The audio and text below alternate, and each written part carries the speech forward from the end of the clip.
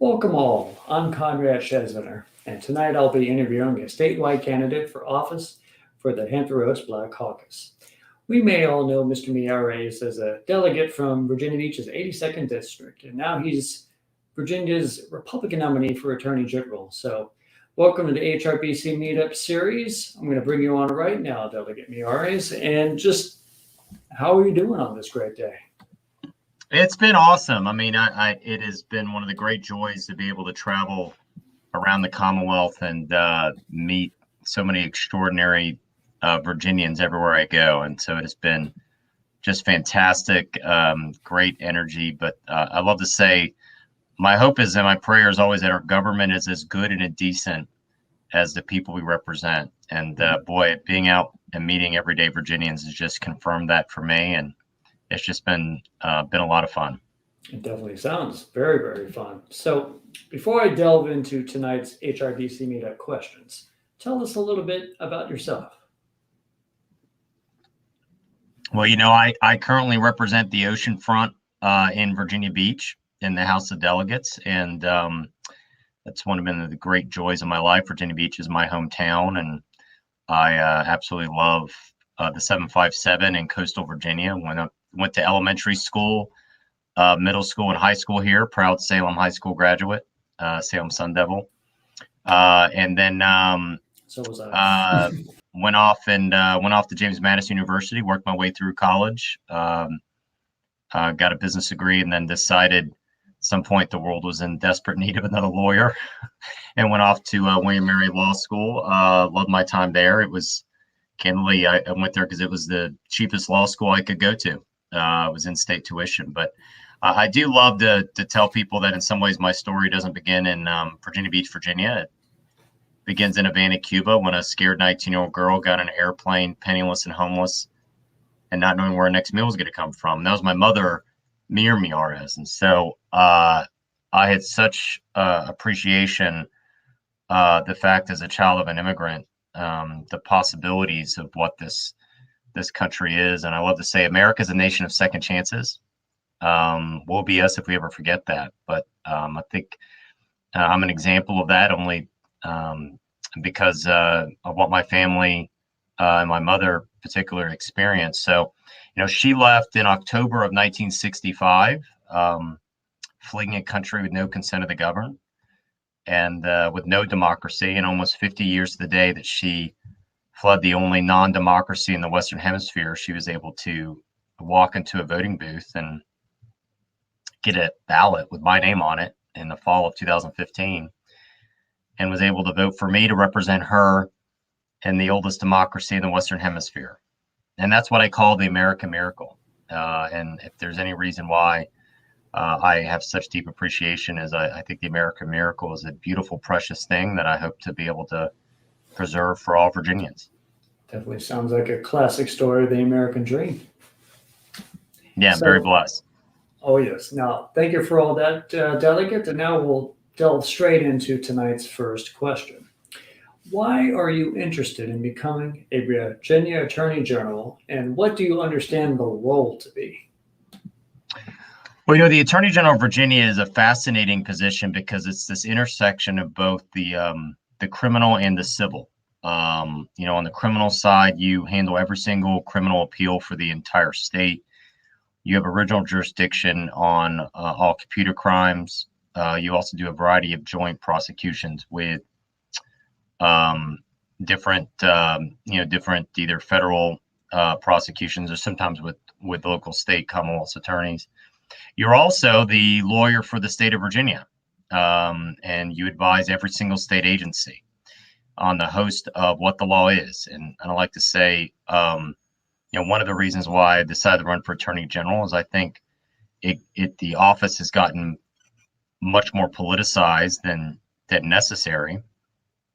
I think it's my job to administer the laws of the Commonwealth of Virginia. I take an oath of allegiance both to the U.S. Constitution and the Virginia Constitution, and to faithfully execute the laws of Virginia, the Code of Virginia. And so it's not my place to suddenly just pick and choose which laws to choose and which laws not to, or different policy programs only because of a political ideology. I don't think that's healthy.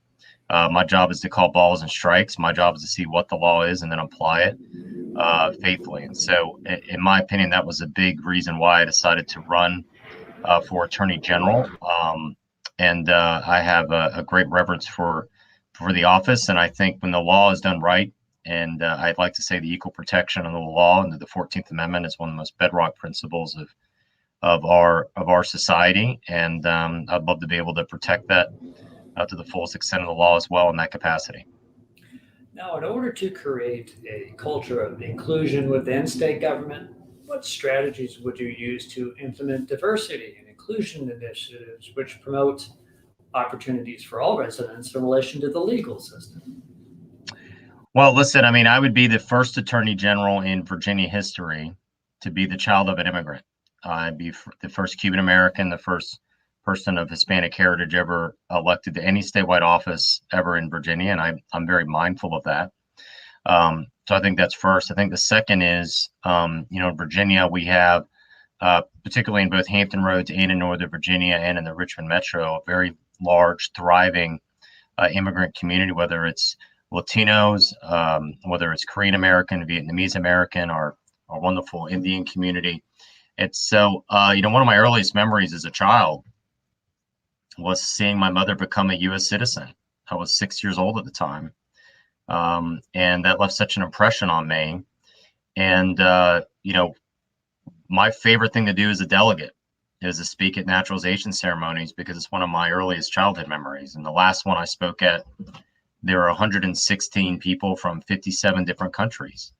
And the one advantage you have when you speak at naturalization ceremonies is you get to sit back there with the judges and see everyone. And you literally see people from every single country and every single continent, from different faiths, different creeds, different races, different religions.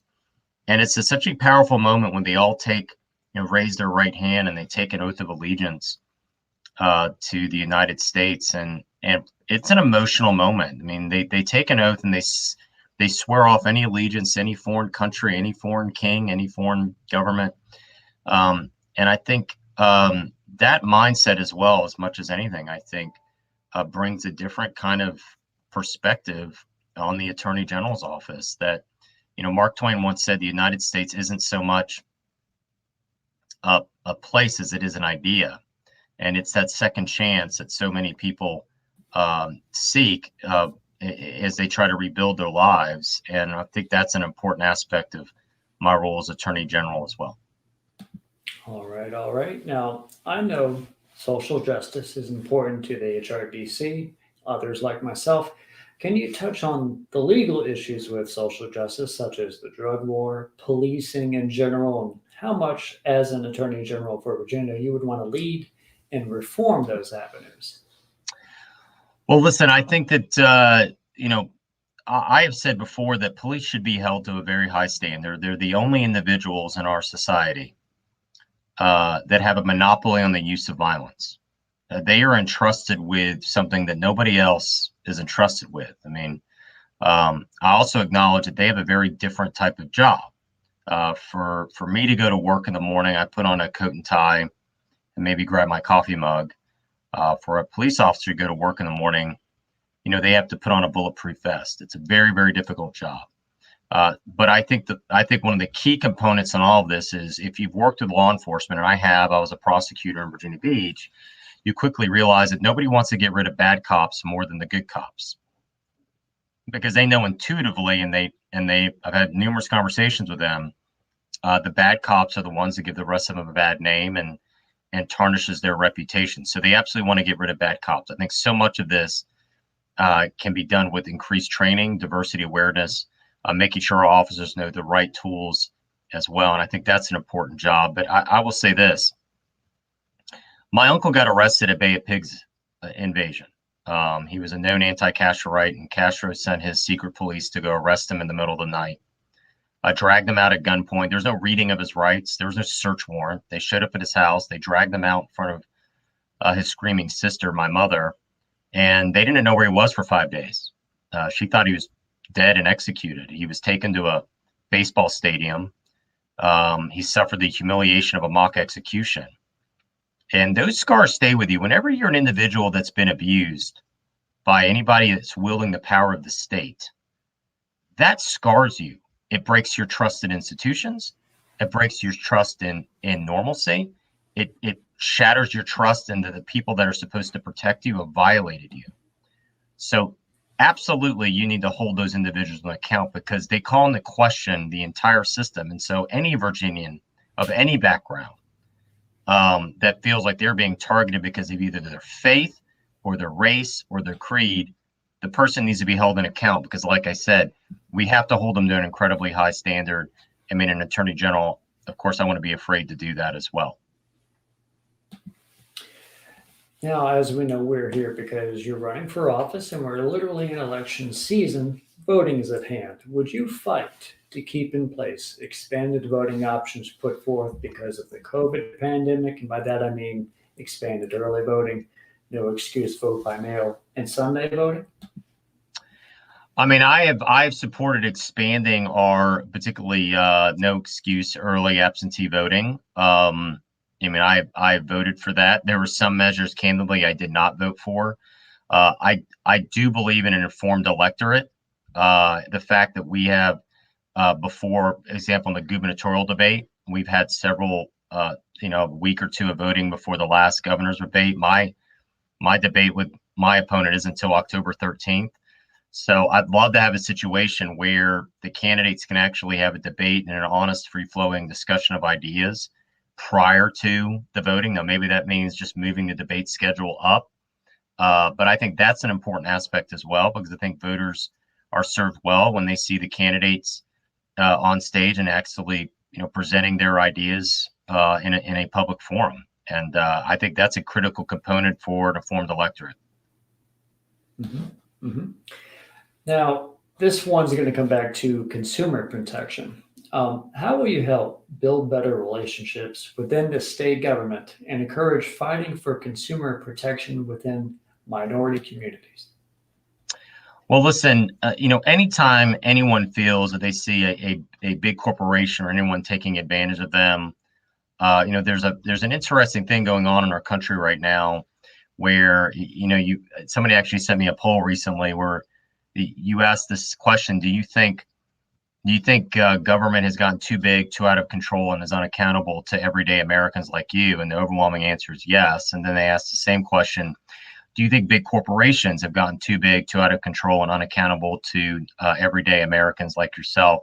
The answer is also overwhelmingly yes. And there's a reason for that. I think you have a lot of frustrations and a lack of accountability. And so as far as consumer protection, absolutely. I think one of the big problems we have right now as well is with seniors. We have an aging population. We also have a lot of scammers that target our seniors from all backgrounds and all communities. But these are individuals that will pose as they're with the IRS and I need your social security number, and they will commit financial crimes. And so I really want to create within the Office of the Attorney General a senior strike team that's really just aimed at going after some of these individuals that are using, internet crimes and others to go after our seniors. I think that's an important part as well to recognize. And the consumer protection side of it is absolutely a critical component. And that means calling balls and strikes. If somebody's being taken advantage of, somebody needs to be held accountable so we can have restore faith in our system. Now, this next question will be regarding fresh ideas you might have with the state government itself and how you might want to seek any new reforms to just make it run better. Well, listen, I think one of the biggest problems we have in government today is we have a lot of people in government that assume that good intentions guarantee good results. And that's not often the case. And I've seen that time and time again. And so, I had the honor of chairing a poverty commission in Virginia, the kind of shorthand called the Opportunity Commission, but really looked at both the root causes of poverty, but then on top of that, what are the programs, what are the systems that really help people get out of poverty? And what I quickly understood is two of the most important words a human being can ever hear in their life is you're hired.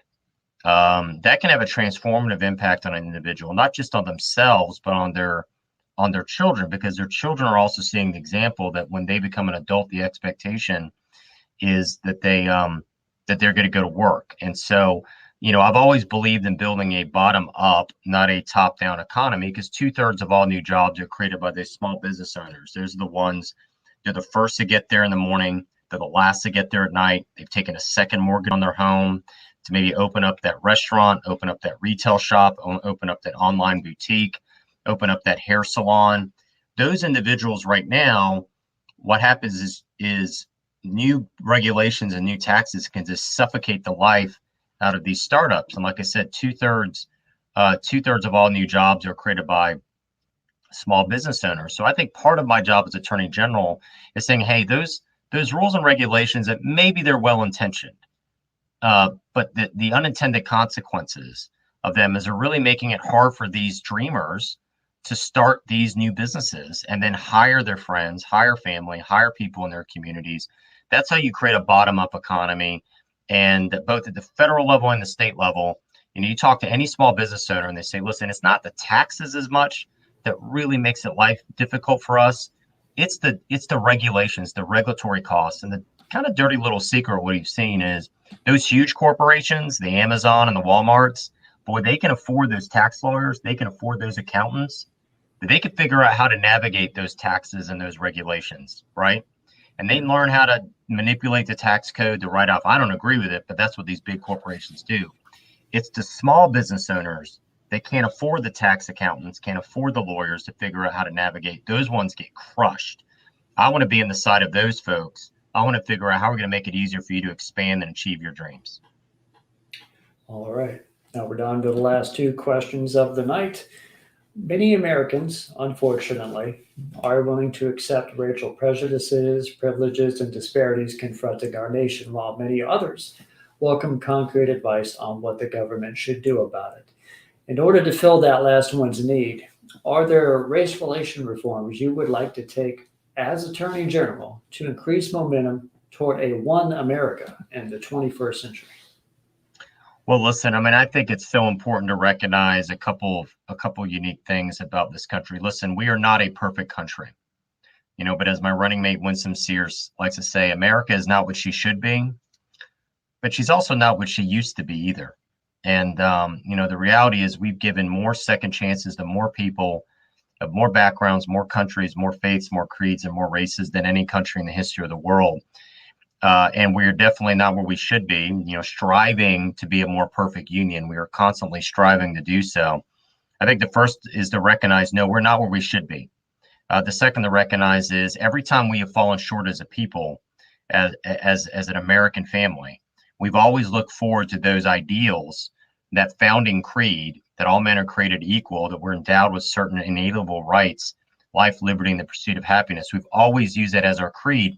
And I go back to, with Dr. King on the steps of the Lincoln Memorial. If, Margaret Thatcher made this observation that of all the nations of Europe emerged out of history, the United States is the only country that emerged out of a philosophy. Or as G.K. Chesterton noted, America is the only nation in the world that would be founded on a creed. And I think the American that best captured that creed, that is constantly moving forward, is Dr. King on the steps of the Lincoln Memorial, where he said, those rights laid forth in the Declaration of Independence that I just described, of life, liberty, and the pursuit of happiness, that Dr. King described that as the promissory note made to every American, past, present, and future. And he was there to collect on the promissory note because it had been denied to too many Americans, right? And that was a transformative moment, one of the most crucial moments in all of American history, of that promissory note. And that promissory note, I think, is further protected by the 14th Amendment, the equal protection. So I think that's a critical component as Attorney General, is to recognize that those bedrock principles, the promissory note, as mentioned by Dr. King, that's embodied in our Bill of Rights and further confirmed by the 14th Amendment. We all have equal protection of the law. You have to have an Attorney General that would be a champion of that, and that's exactly what I would be. Now, on to the last question of the evening. And on behalf of the Hampton Roads Black Caucus, I'd like to ask you, Delegate Jason Miyares, why should Virginia's Black community vote for you? Listen, because I want to be an Attorney General for all Virginians. I'm passionate about both racial equality and also making sure that all Virginians, the full fabric of Virginia, crosses our economic finish line together. that is a passionate project for me. And hopefully people will be able to see how I both lived my life and how I have served as a Virginia State delegate. I know that I've been endorsed by the Hampton Roads Black Caucus. And been really humbled and honored by that. But what I would also say too is recognize how important it is for people to vote. Wherever we're sitting right now, as you and I are having this discussion, and there's people right now watching this from the comfort of their own home or their office. There's millions of people on this planet that would do everything in their power. They crawl over broken glass. They cling to the side of an airplane to be where we are right now. That's being American, but that comes with a responsibility. And that means go vote. Listen, it'd be the biggest honor of my life to have the vote of everybody watching this Zoomcast. However, even if you don't, what I say is go vote anyway, because every time you do, you confirm that American miracle is still alive.